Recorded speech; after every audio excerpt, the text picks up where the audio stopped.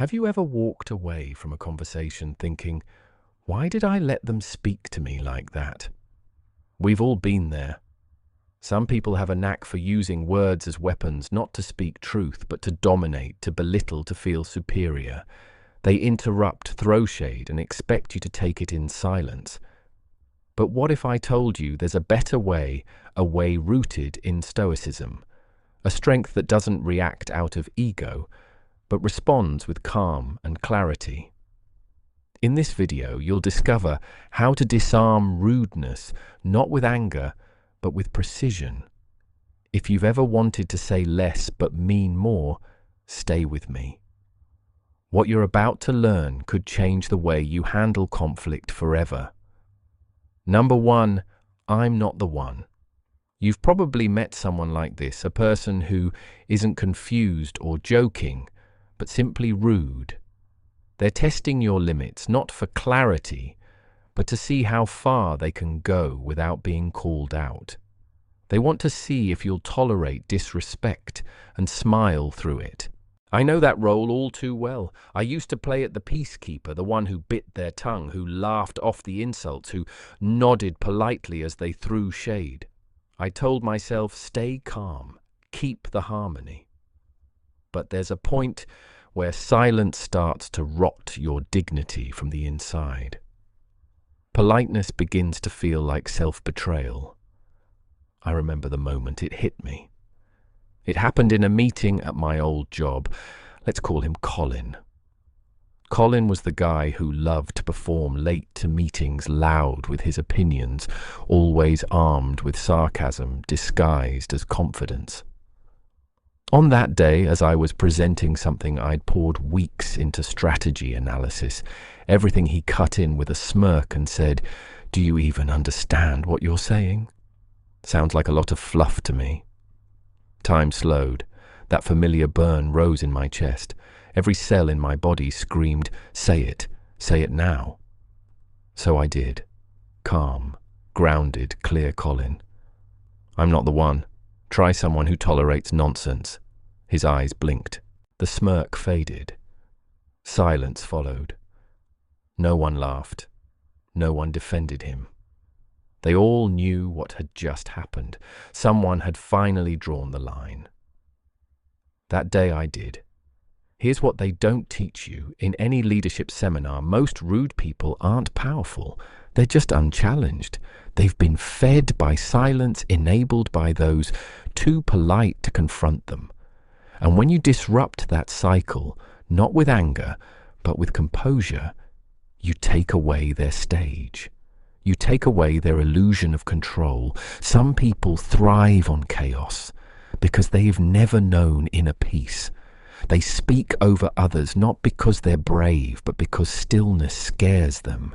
They throw insults because they fear looking inward. That's not strength, that's noise.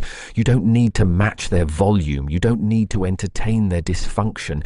You only need one sentence delivered with poise to remind them, you've mistaken my silence for weakness. And that ends right here. Yes. When you start setting firm boundaries, some will say you've changed. Let them. When you stop making yourself available for disrespect, others might call you difficult. Let them. You were never born to carry the weight of insecure egos and fragile pride. You were born to protect your peace. And peace, my friend, is a discipline. So the next time someone tries to cut you down with sarcasm or play superiority games in front of an audience, you don't need to raise your voice. Just look them in the eye, steady, calm, unshaken, and say, try someone else. I'm not the one. Because the day you stop explaining yourself to those who disrespect you is the day you reclaim your power. And that kind of silence, that clarity, it's unforgettable. Number 2, I'm not offended. I just don't value your opinion enough. As we discussed earlier, the importance of setting boundaries and valuing your peace cannot be overstated. But there's another layer to this, how we allow others' opinions to shape our lives. The truth is, not every opinion deserves your attention, and certainly not every critic deserves a place in your mental space. Let's dive deeper. There's something strangely amusing about the way some people think their opinion should carry weight in your life just because they voiced it out loud, as if their disapproval should suddenly shake your foundation, or as if their comment is a mirror you're obligated to look into and fix something about yourself. But here's the reality: their words, their opinions don't define your worth. In fact, the truth is far simpler, calmer, and far more powerful. I'm not offended. I just don't value your opinion enough. That's not defiance, that's clarity. I remember this moment like it happened just yesterday. There was a guy I used to know. Let's call him Derek. The type of person who masked envy behind a veneer of fake concern. He was the kind of guy who always had a backhanded compliment ready, almost like it was his signature move. You know the type. One day I posted something. I had poured my heart and soul into this creative idea that had been brewing for months.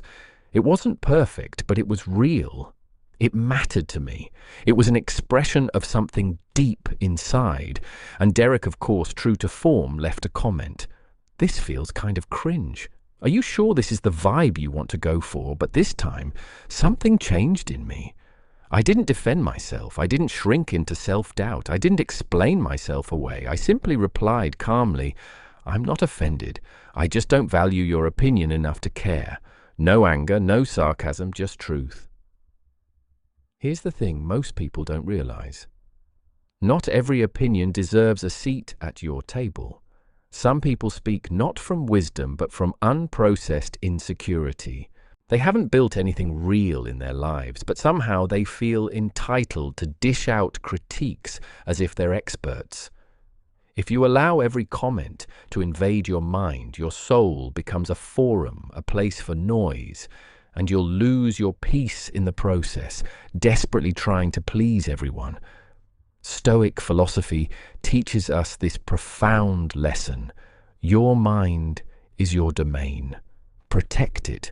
Marcus Aurelius reminded himself daily that the opinions of others are not facts. They're merely reflections of the speaker. And often, that reflection reveals more about them than about you. Have you ever noticed this? The loudest critics are often the ones who are furthest removed from the action. They aren't in the fight. They aren't the ones creating, risking, or showing up. They sit on the sidelines judging because it's easier to spectate than to participate. And when you respond with calm indifference, not with ego, not with rage, but with complete inner stillness, you take away their power. You don't need to be offended when someone unqualified disapproves of your path. You simply need to remember that their voice is not your compass. It's not arrogance, it's self-respect. It's the realization that not everyone gets access to your emotional energy. And the moment you stop chasing approval from those who don't even understand your vision, that's when you begin to walk freely. So next time someone throws shade, wraps their jealousy in a joke, or tries to dress their disrespect as just being honest, pause, smile, breathe, and simply say, "I'm not offended. I just don't value your opinion enough." This is the kind of power they can't handle, because nothing is more unsettling to the insecure than a person who no longer needs their permission to exist. Number 3. That's a strange way to beg for attention. As we've seen, the power of calm clarity is something not often understood by those who seek attention through loud, reckless comments. But what happens when those comments are aimed directly at you, hoping to provoke a reaction? Let's explore that further. Some people are desperate to fill the empty space inside themselves with noise. They walk into a room and immediately reach for the easiest targets: your outfit, your work, your past, your silence, your light. They throw jabs wrapped in sarcasm, hoping their audience mistakes cruelty for cleverness. But beneath the smirk, what you're really seeing is hunger, a desperate need for validation. And sometimes the most disarming response is the simplest one. That's a strange way to beg for attention. No fire, no shouting, just one calm sentence that turns their performance into a mirror, reflecting back their insecurity. I'll never forget a gathering I attended a while back. It was relaxed, the kind of setting where people were at ease, just enjoying good company and easy energy. Until Ethan arrived. Ethan, the guy who always needed to be the center of attention, started doing what he always did, making jokes at other people's expense, loud, cheap, and pointless. And then, of course, he turned to me with a smirk and said, "Still working on that little project of yours. Must be nice to have so much free time." The old me, I might have laughed it off or tried to justify myself, but that day I didn't. I simply looked at him, smiled slowly, and said, "That's a strange way to beg for attention. Do you need a hug or something?" The room went silent, not awkward, but clear, because everyone in the room saw it for what it really was, not wit, not charm, just insecurity in disguise. And that's when I realized something crucial. People who constantly try to bring others down are usually drowning in their own unacknowledged fears. They insult to distract from their own stagnation. They get loud because silence would force them to sit with who they really are. When you calmly call out the real motive, not to embarrass but to reveal, you'll notice something amazing happen. They shrink. Why? Because attention seekers don't fear being insulted. They fear being seen. They fear being exposed for the fragile egos they've built around themselves. In today's world, shock and sarcasm are often mistaken for substance. People will say the most reckless things not because they truly believe them, but because they crave a reaction.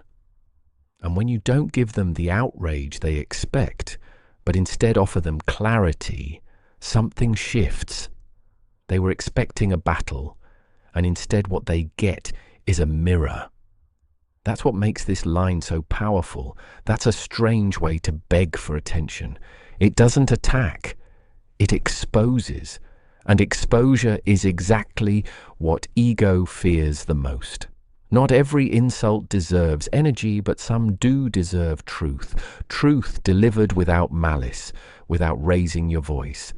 Just stillness, precision, and calm. So the next time someone tries to chip away at you with a cheap joke or a veiled insult, don't match their chaos. Don't argue. Just smile, tilt your head, and say it calmly. That's a strange way to beg for attention. Then watch how quickly the performance ends. Number 4. Every time you speak, it's a reminder to value silence. There's a specific kind of noise that doesn't come from traffic or chaos. It comes from people who speak not to connect, but to control. They talk not to offer insight, but to avoid silence. You know the type. They fill every pause like it's a threat, speaking with misplaced confidence volume turned up, hoping no one notices how little substance is behind their words. And after a while, you realize something important. Every time they speak, it becomes a reminder of how dignified silence truly is. I remember being in a group chat where this guy, let's call him Jordan, was always the first to comment, the last to leave, and never short on opinions. Whether we were discussing relationships, finances, philosophy, or books, Jordan had something to say, but not an informed opinion. His words were often borrowed, misquoted, or drenched in negativity. It wasn't a conversation. It was a performance. One day, in the middle of a discussion, he confidently tried to correct someone on a topic he clearly didn't understand. And in that moment, I didn't roll my eyes. I didn't argue. I simply let the silence sit. And it spoke volumes. We've discussed the power of silence, the strength of restraint, and the clarity of speaking with purpose. But what about when others try to provoke a reaction from you? What happens when they try to hurt you with their words? Some people speak not to contribute, but to be seen. They fear silence because it forces them to confront themselves. And in that silence, there's no audience, no approval, just reality. That's why they dominate conversations, why they interrupt, why they talk louder, longer, and with more certainty than their knowledge can support. It's not wisdom, it's compensation, a way to cover up their insecurities. But here's the Stoic perspective on this power. Doesn't reside in how loudly you speak, but in how intentionally you choose your words or your silence. There is strength in restraint, there is elegance in brevity, and there is real mastery in not needing to prove anything with noise. As the old saying goes, empty barrels make the most noise. And it's true. The loudest, rudest voices are often the most uninformed. They confuse dominance with depth, sarcasm with intelligence, and volume with respect. So the next time someone tries to hijack the room with empty confidence and recycled commentary, don't compete. Don't raise your voice to match theirs. Instead, just look at them, steady, composed, and say, every time you speak, it's a reminder to value silence. Because that sentence doesn't just shut down the noise, it reclaims the space. It honors the value of words. And more importantly, it reminds everyone watching that restraint is not weakness. It's wisdom in motion. Number 5, if you're trying to hurt my feelings, you'll have to try harder. Most people who insult you aren't searching for truth. They're searching for control. They want to provoke a flinch spark, a reaction, and prove they have access to your emotions. And when you don't give it to them, when you don't crumble, don't explain, don't even blink, that's when they lose. There's a certain power in smiling and saying, if you're trying to hurt my feelings, you'll have to try harder. It's not arrogance. It's emotional sovereignty, a quiet reminder that you've outgrown the version of yourself that used to bleed for every careless word. I remember when I was younger and words hit like stones. There was this guy, Lucas, who laughed at my clothes and said, "You actually think that looks good?" I played it. Cool. Laughed with him, went home and changed. Another time, someone scoffed at my ambition. "That's adorable. You think you'll actually make it?" And for weeks, I second-guessed everything. But life has a way of reshaping you. Not through compliments or validation, but through rejection, betrayal, and standing alone in the ruins of what you thought was solid. Eventually, I stopped listening. Not because the world got kinder, but because I got clearer. The truth is, people can only wound you deeply when you secretly believe what they're saying. But when you know who you are, when you've survived worse, lost more, and rebuilt stronger, cheap shots don't land. They bounce off armor forged in clarity and self-respect. As we've discussed, there's incredible power in choosing not to react, in maintaining your calm and clarity when others attempt to provoke you. But what happens when they push even harder? So now when someone throws shade or aims a low blow, I don't get defensive. I look them in the eye and say, if you're trying to hurt my feelings, you'll have to try harder. Because if you think a passive-aggressive jab is going to shake me, you clearly don't know my story.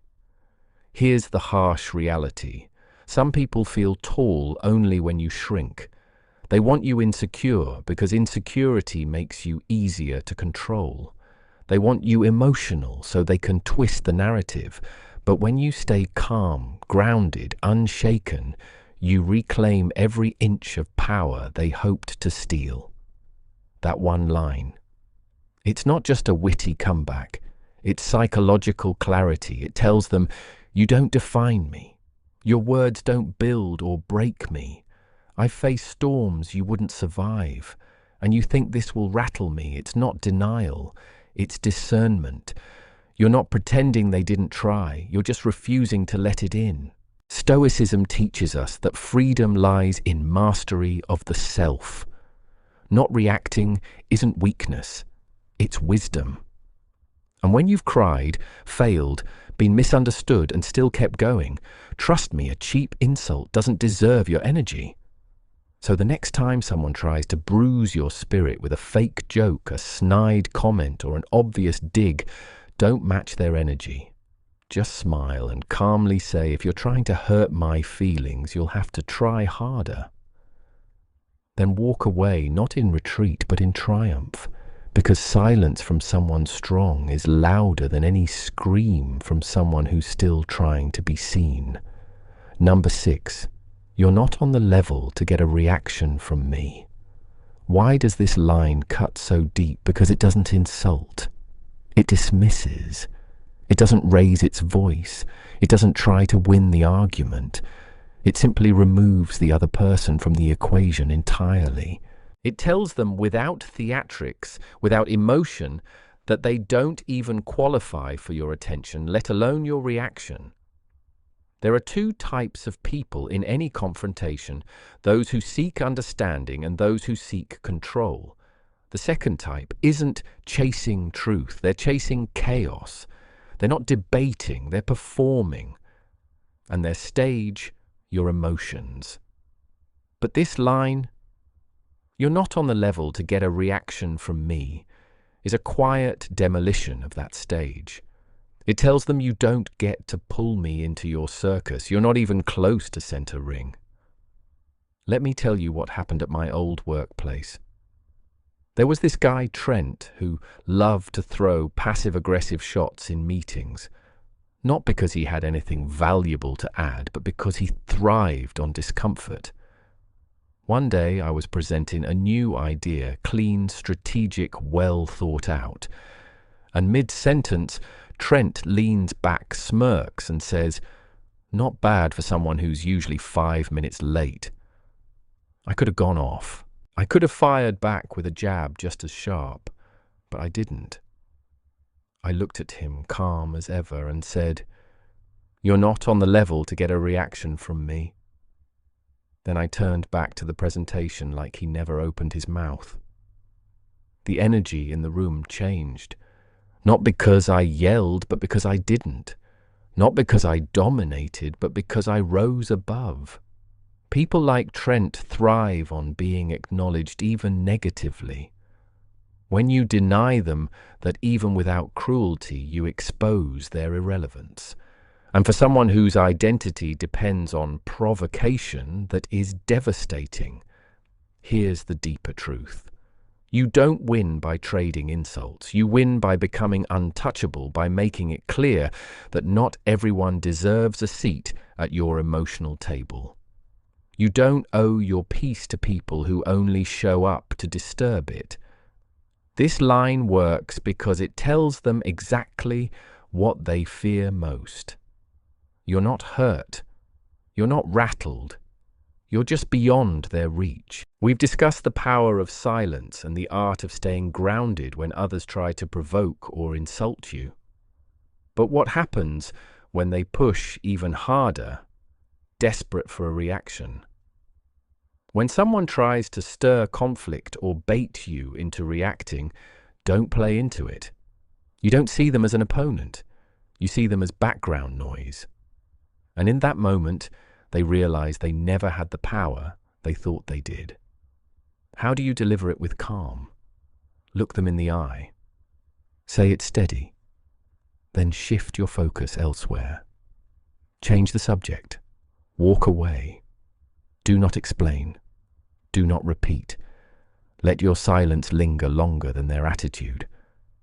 Because in a world where people are desperate to be seen, desperate to feel important by getting a rise out of others, your indifference is the ultimate disruption. So next time someone tries to throw shade, stir conflict, or bait you into reacting, stay grounded. Look at them and say, "You're not on the level to get a reaction from me." Then carry on like the storm never touched you, because it didn't. Number 7. That was a lot of effort just to sound insecure. This one doesn't yell, it doesn't curse, it doesn't even raise an eyebrow. And yet it lands like a truth bomb because it reveals what most rude people are working so hard to hide their insecurity. They wear arrogance like armor. They toss out slick remarks and backhanded compliments, hoping to elevate themselves by lowering you. But when you say calmly and without emotion, "That was a lot of effort just to sound insecure," you're not fighting back. You're holding up a mirror. And that to someone hiding behind a facade is unbearable. I remember presenting a project I'd worked on for weeks. Just as the room went quiet, one of my colleagues, let's call him Darren, leaned back and said, "Well, I guess confidence really can make anything sound smart." It was meant to be a joke, a dig thinly disguised as humor.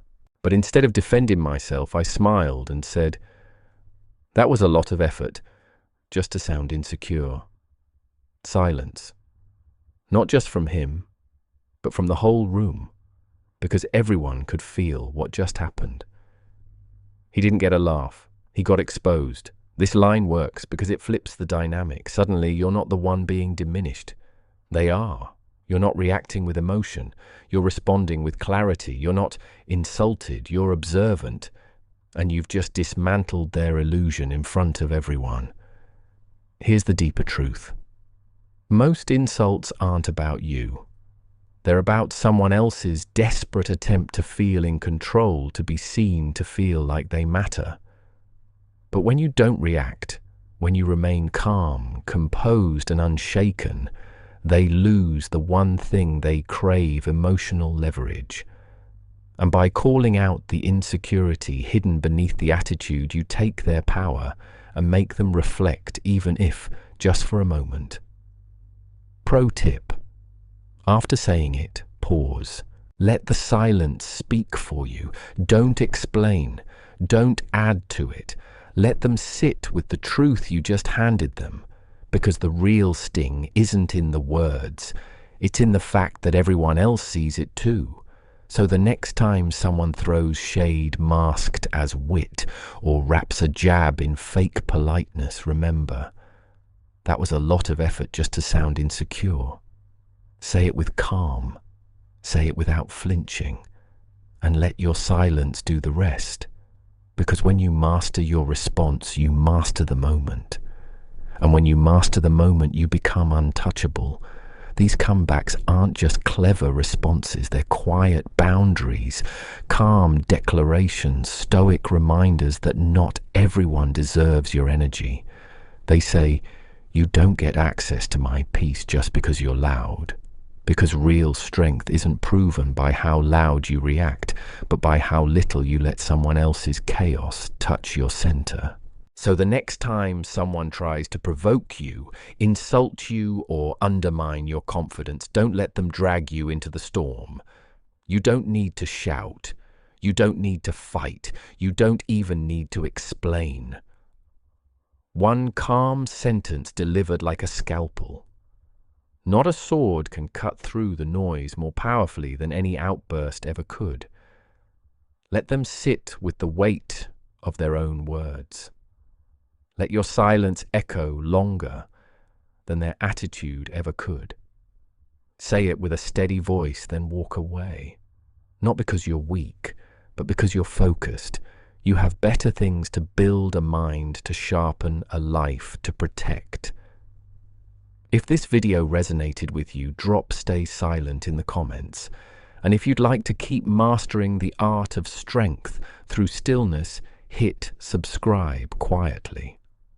There's more to come, and it's exactly the kind of wisdom that doesn't shout to be heard. Until next time, stand tall, speak with purpose, and protect your peace.